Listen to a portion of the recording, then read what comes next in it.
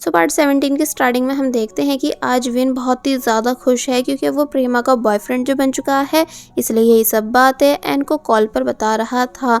तो तब एन भी विन के लिए खुश होने लगी, लेकिन वही प्रेमा फे से अकेले में आकर मिलती है एंड बातों को काफ़ी घुमाने के बाद फाइनली बता देती है कि मैं विन को डेट कर रही हूँ। तो ये सुन फे के फेस की स्माइल चली गई एंड वो गुस्सा करने लगी कि ऐसा कैसे हुआ, जबकि तुम्हें पता है ना कि विन को मैं लाइक करती हूँ, फिर भी तुम उसे डेट कैसे कर सकती हो। एक्चुअली फे इस बात से गुस्सा नहीं है कि अब विन को वो अपना नहीं बना पाएगी, बल्कि इस बात से है कि वो एक बार फिर प्लास्टिक ब्यूटी से हार रही है। इसलिए प्रेमा को थप्पड़ तक मारने के लिए अपना हाथ उठा लेती है, मगर फिर रुक गई एंड बोली कि चलो कोई नहीं, अगर विन तुम्हारे साथ खुश है और तुम विन के साथ, तो मैं तुम दोनों की खुशी के लिए गिव अप करने के लिए तैयार हूँ। और फिर तभी फे ने प्रेमा को हक कर लिया, जिस वजह से प्रेमा सोचती है कि फे अब बिल्कुल भी उससे गुस्सा नहीं है।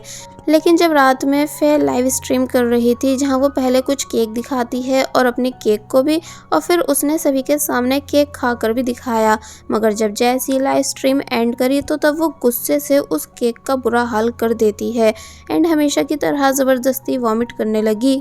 फे की कैट भी फे को देख रही थी, तो तब फे बोली कि तुम मेरी फिक्र मत करो क्योंकि मुझे ये सब करने की आदत है। और फिर तभी स्टोरी पास्ट में आ गई, जहां हम देखते हैं कि पहले फे के भी पूरे फेस पर ठीक वैसे ही पिंपल्स रहते थे जैसे प्रेमा के हुआ करते थे, लेकिन वो इतनी रिच नहीं थी जो प्लास्टिक सर्जरी करा सके। इसलिए फे की मदर ने फे को सुंदर करने के लिए उसे बहुत टॉर्चर किया, यानी कि बार बार उसका फेस वॉश कराया एंड खाने में बस थोड़ा कुछ ही खाने के लिए दिया। साथ ही वो फे से बहुत ज़्यादा स्टडी भी कराती थी ताकि फे क्लास में टॉप कर सके, और बस ऐसे ही ये पूरा रूटीन चलता गया। एक्चुअली फे की मदर का मानना है कि फे जब तक ब्यूटीफुल एंड इंटेलिजेंट नहीं बनेगी तब तक दुनिया उसे एक्सेप्ट नहीं करेगी, इसलिए वो बार बार फे के पिंपल्स को भी काउंट कराती रहती थी। ऐसा ही काफ़ी टाइम तक चलता है, जिसके बाद अब दिखाया गया कि फे के फाइनली पिंपल्स जा चुके हैं, मगर वो अभी भी स्टडी में ज़्यादा कुछ खास नहीं हुई थी। इसलिए उसकी मदर ने उससे रात रात तक स्टडी कराई, यानी कि सोने तक नहीं दिया। फे की ग्रैंड मदर कहती हैं कि तुम फे को कुछ ज़्यादा ही टॉर्चर कर रही हो, तो तब वो बताने लगी कि मैं एकदम ठीक कर रही हूँ, क्योंकि जब पहले मैं प्रिटी हुआ करती थी तो आपने देखा था ना कि मेरे कितने सारे दोस्त थे जो कि मेरे साथ घूमते फिरते थे, लेकिन मेरे फैटी होते ही लोगों ने मुझसे बात करना बंद कर दिया था। इसलिए मैं फे को भी अभी से दुनियादारी सिखा रही हूँ ताकि उसे आगे मेरी तरह रिग्रेट नहीं हो। तो तब इन सभी बातों को फे ने भी सुन लिया।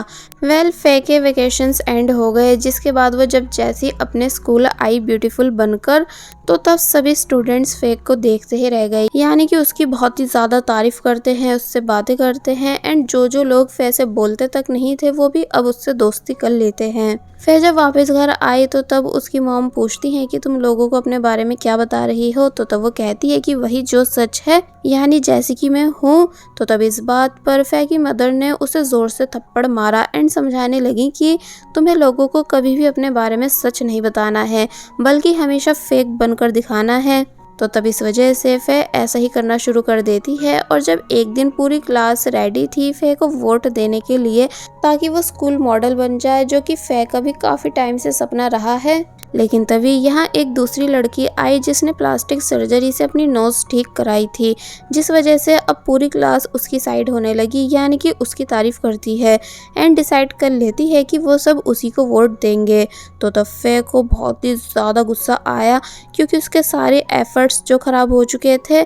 इसलिए प्रेजेंट में अपनी कैट से बोली कि मैं एक बार तो प्लास्टिक ब्यूटी से हार चुकी हूँ, लेकिन इस बार मैं हारूंगी नहीं, फिर चाहे मुझे कुछ भी क्यों ना करना पड़े। यहाँ फे का मतलब प्रेमा से है कि तभी उसे उसी आईडी से मैसेजेस आने लगे जो कि फेरी फे नाम से किसी अननोन पर्सन की है। तो तब फे उससे बातें करने लगी क्योंकि उसको अपने उस अननोन फ्रेंड से बात करना अच्छा लगता है। अब नेक्स्ट डे हम देखते हैं कि आज कॉलेज में पार्टी है, जहां मॉक तो अपने फ्रेंड्स यानी फिम और जेरी के साथ सिंगिंग कर रहा था, तो वहीं एन प्रेमा को लव रिलेशनशिप में आने के लिए कॉन्ग्रेट्स बोल रही थी।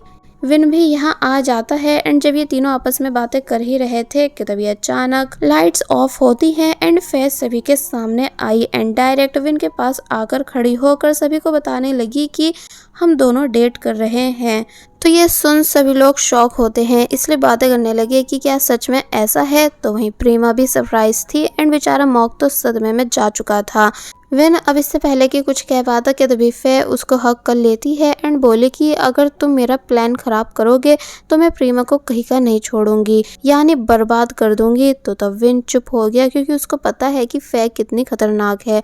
कुछ लोग अब इन्हें कॉन्ग्रेट्स भी करने लगे थे। तो वहीं फिम पूछता है कि तुम दोनों ने कब एक दूसरे को डेट करना शुरू किया। तो तब फे वो सब बातें बताने लगी जो जो प्रेमा और विन के बीच की रह चुकी है, कि हम पहले कैजुअल फ्रेंड्स थे, फिर बेस्ट फ्रेंड बने, अच्छे दोस्त बन गए, कि तभी धीरे धीरे लव स्टार्ट हो गया। साथ ही हमने साथ में आउटडोर मूवी भी देखी थी एंड गेम्स भी खेले थे।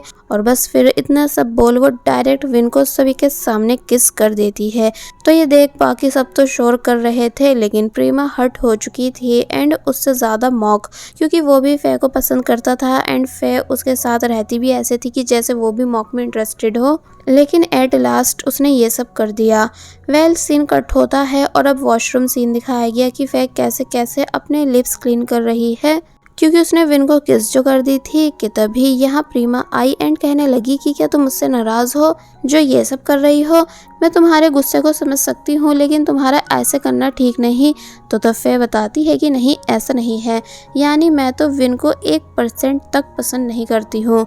तो ये सुन प्रीमा हैरान हुई और पूछने लगी कि मतलब।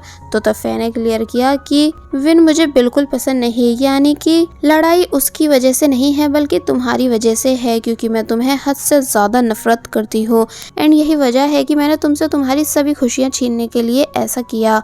तो तब प्रीमा और ज्यादा शॉक रह गई एंड बोली कि लेकिन तुम तो कहती थी कि तुम्हारे लिए नेचुरल ब्यूटी और प्लास्टिक ब्यूटी समान है। तो तब फे बताती है कि मैंने तुम्हें अच्छा फील कराने के लिए ये सब नहीं बोला था, बल्कि खुद को अच्छा दिखाने के लिए ऐसा कहा था, क्योंकि मैं पागल थोड़ी हूँ जो तुमको हॉट गर्ल जैसे बड़े टैग के लिए आगे करती। वो सब भी मैंने इसलिए करा था ताकि सभी को तुम्हारी प्लास्टिक ब्यूटी के बारे में पता चल सके एंड सब तुम्हारे पास्ट के बारे में जानने की कोशिश करें एंड तुम्हारी ओल्ड फोटोज को लीक कर दें। फिर देखो ऐसा हुआ भी, यानी कि मैग ने तुम्हारी ओल्ड फोटोज को लीक कर दिया था।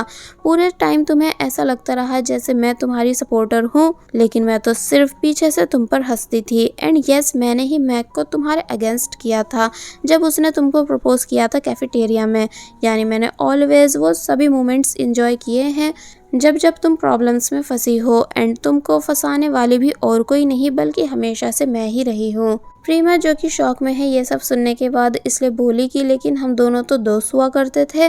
तो तब फे चिल्लाई एंड बोली कि मैं कभी तुम्हारी जैसी लड़की की दोस्त नहीं बन सकती हूँ जो शॉर्टकट मारती हो, यानी कि मुझे गुस्सा आता है तुम जैसी लड़कियों को देखकर कि तुम कैसे पैसों का यूज़ करके हम जैसी लड़कियों से आगे निकल जाती हो बिना ये सोचे समझे कि हमने यहाँ तक पहुँचने में कितना हार्डवर्क किया है। क्या तुम्हें पता भी है कि मैंने कितना स्ट्रगल किया है, यानी कितनी डाइटिंग की है और कितनी ज़्यादा स्टडी यहाँ तक पहुँचने के लिए। लेकिन तुम्हें क्या, तुम सिर्फ अपने पेरेंट्स के पैसों से प्लास्टिक सर्जरी कराकर आ गई और मेरी लाइमलाइट छीनने की कोशिश करने लगी।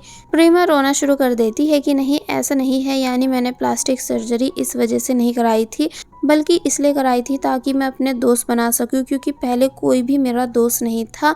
मगर फे बिलीव नहीं करती। तो तब प्रीमा उसका हाथ पकड़ लेती है एंड कहने लगी कि तुम छोड़ो ये सब बातें, हम फिर से दोस्त बन जाते हैं एंड तुम प्लीज़ विन को बीच में मत लाओ, यानी ये लड़ाई सिर्फ हम दोनों के बीच है ना।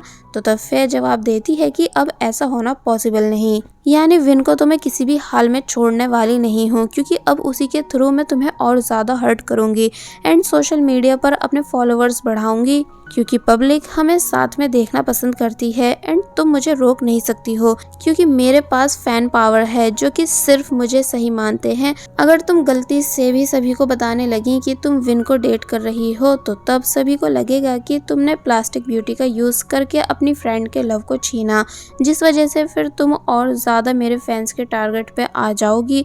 और फिर तभी कमेंट्स रीड करके बताती है कि लोग कैसे कैसे मुझे सपोर्ट कर रहे हैं और सिर्फ मुझे अच्छा बता रहे हैं। तो तब इस वजह से प्रीमा भी बहुत ज़्यादा परेशान होने लग जाती है और बस फिर तभी ये सीन यहीं पर कट हो गया। एंड अब दिखाया गया कि प्रीमा विन के साथ है एंड विन को फे के बारे में सब बता चुकी है, ये बोलते हुए कि मैं विश्वास नहीं कर पा रही हूँ, जिसको मैंने अभी तक अपनी दोस्त माना वो कभी मेरी दोस्त थी ही नहीं। और फिर वो सभी मोमेंट्स याद करने लगी कि कैसे कैसे वो फे से फर्स्ट टाइम मिली थी, फिर ये दोनों अच्छी दोस्त बन गई एंड साथ में खुशी से रहने लगी थी। लेकिन ऐसा कभी कुछ था ही नहीं। इसलिए जब बोलती है कि फे मेरी लाइफ की फर्स्ट फ्रेंड थी, तो तब विन कहता है कि नहीं ऐसा नहीं है, बल्कि मैं था। और फिर बताने लगा कि जब स्कूल में तुम्हें बुली किया जाता था एंड तुम बेहोश हो जाती थी, तो तब मैं तुम्हें मेडिकल रूम लाता था, मगर तुम्हारे उठने से पहले चला जाता था। साथ ही उन बुलिस को भी अपने कंपटीशन के दौरान अच्छे से सबक सिखा दिया करता था।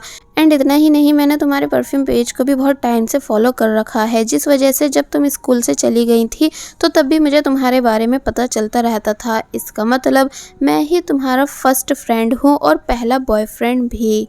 प्रीमा हैरान रह गई इन बातों को सुनकर, क्योंकि उसे बिल्कुल आइडिया नहीं था इन सभी बातों का कि स्कूल टाइम से ही विन प्रीमा की फिक्र करता आया है। कि तभी सैंड भी यहाँ आ गया और कहने लगा कि अगर तुम दोनों का लवी डवी सीन खत्म हो गया हो तो क्या अब हम अपनी मीटिंग स्टार्ट करें।